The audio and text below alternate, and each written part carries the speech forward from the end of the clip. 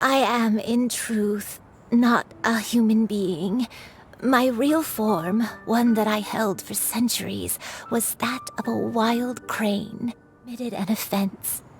I wanted to stay with him, even if it meant living a life full of pain and suffering, even if it meant that I would eventually turn into a monstrosity. Coincidence? Why did I ever think it was a coincidence? Tea pills concocted using the blood of an adeptus? No, it couldn't be. Master, don't tell me. Back then, that merchant was actually... One found you with such ease every time. 'Tis a truth most evident. One always recognizes one's own, no matter what form they may take. Now all has been revealed. One owes you an apology, you and I. One recognized you upon your very entrance into Wanmin restaurant. One has always viewed you as a disciple of equal standing with Ganyu and Shenhe. Indeed, one wished to bring your story to a satisfactory end with this visit to Liyue Harbor. Still, one could not reveal your identity right away. Had one simply informed you of all you had lost, all those cherished memories would merely have become the fictionalized account of another. Memories are most meaningful when recalled by those who lived through them. Would you not agree? Even if the process was painful and arduous to experience. Have you any further inquiries? Master, I must ask. If you found me all those years ago, why did you leave me be, even though you knew about my mistake? Why did you not bring me back to Mount Outsong by force? One has never regarded your action as a mistake. It was a simple choice, nothing more. When it is time for one's progeny to leave the nest, it is the responsibility of an elder to let them fly free. Yet, when your wings grow weary and the night grows dark, just know that you always have a place to which to return. 'Tis a refuge referred to by many a name in mortal writing. Home, nest, haven. Whatever its denomination may be, its essence remains quite unchanged. One speaks, of course, of a place not unlike one's own abode. One's disciples are free to come and go as they wish, yet the door remains forever open to those who wish to return. One rather hopes you count yourself among them. Thank you. I just... You and I. One expects you too have sensed the rapid deterioration of your condition as of late, have you not? 40 years ago, you chose a path without a future. Though one used one's own blood to provide you with a few decades of extra time, it merely delayed the inevitable. One may have extended the path, yet one was unable to alter its final destination. Even the power of an adeptus has its limits. Had your condition continued to deteriorate, you would have forgotten your life as a human entirely. In the end, you would have turned into a creature lacking in the ability to even comprehend its own monstrousness.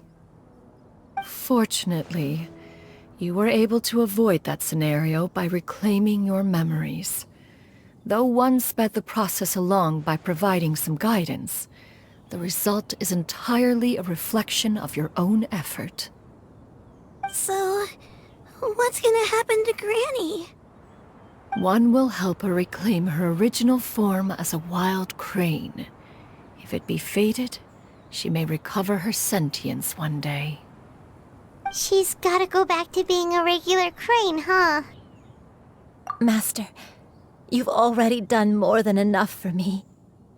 I don't know how I could possibly repay your kindness. This is a better result than I could have ever hoped for. How much time do I have left? Not long. The transformation is imminent. Granny, please don't leave, okay? You're all I have left. Please. Don't be sad, dear child. Granny has led a wonderful life. My only regret is having to leave you behind. Don't forget to eat well, okay? A growing young lady like yourself needs lots of good food to grow big and strong. Promise Granny you'll take good care of yourself when I'm gone. I promise, Granny. I'll do whatever you say. Good girl, good girl. Don't worry. It's not goodbye forever. Granny's gonna become the most formidable crane in all of Mount Outsung. Granny will train day and night. I won't stop until I can turn into a human without having to rely on anything but my own power. When that day comes, we'll be able to live together again, you and I. How's that sound? Good. That's a good girl. Even though we won't see each other for a little while, as long as we both work hard, we're sure to meet again someday. I'll eat well, Granny. I promise. And I'll wait for you, no matter how long it takes. I'll wait for you to come back. That's a good girl. Then Granny really has no more regrets. I'm so sorry, Master. Thank you. For everything.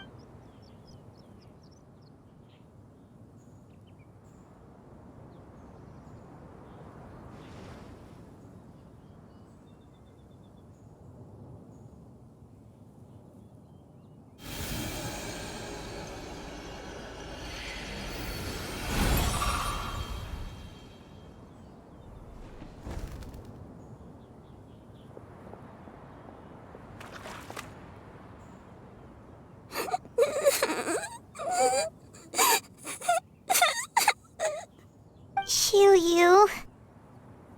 Let her be. At her age, crying is a natural, if not fitting, response to such an event. Tears are a necessary part of maturation. Sometimes there is scarcely a better vehicle to wash away the toll of stress and misery.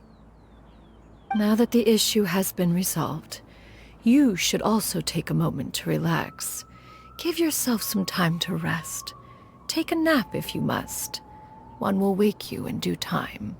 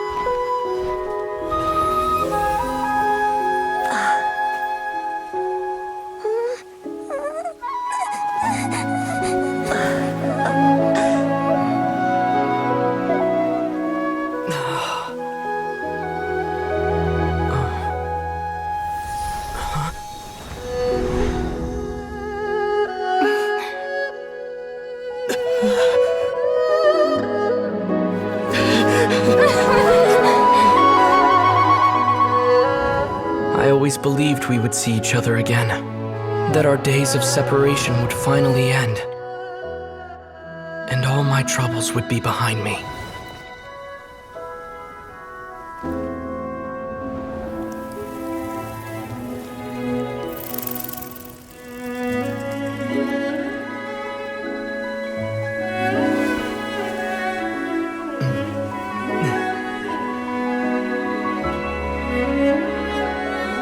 If only things could stay this way forever.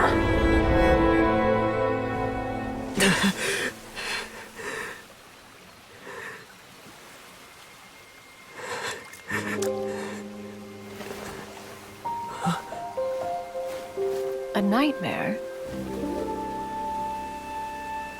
Curious. If you're relaxed, shouldn't your dreams be pleasant? It was a good dream. It's just... You weren't ready to wake up.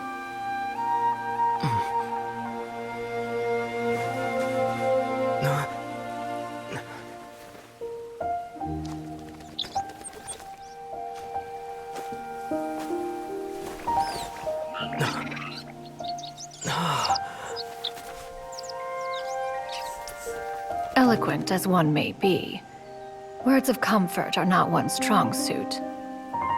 You are doing all you can. One can see your strength of will, your fearlessness in the face of danger. And so, whatever your dream may be, one believes that you shall achieve it. Of course, whenever the perils you face overwhelm you, or you become weary, one is always here for you.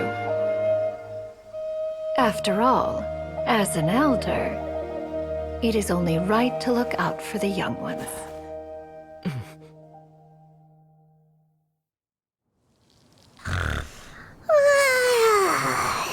Grilled chicken drumsticks. Huh?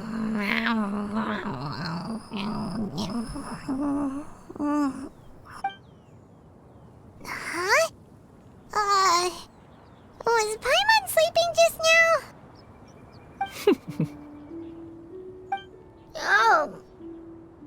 Oh, Paimon wasn't talking to you. Paimon had a dream about eating grilled chicken drumsticks, that's all. Madam Adeptus? Oh, Xianyun, you're awake. How do you feel? I feel a little better. Thanks. I know I'll see Granny again someday, so I don't feel so sad anymore.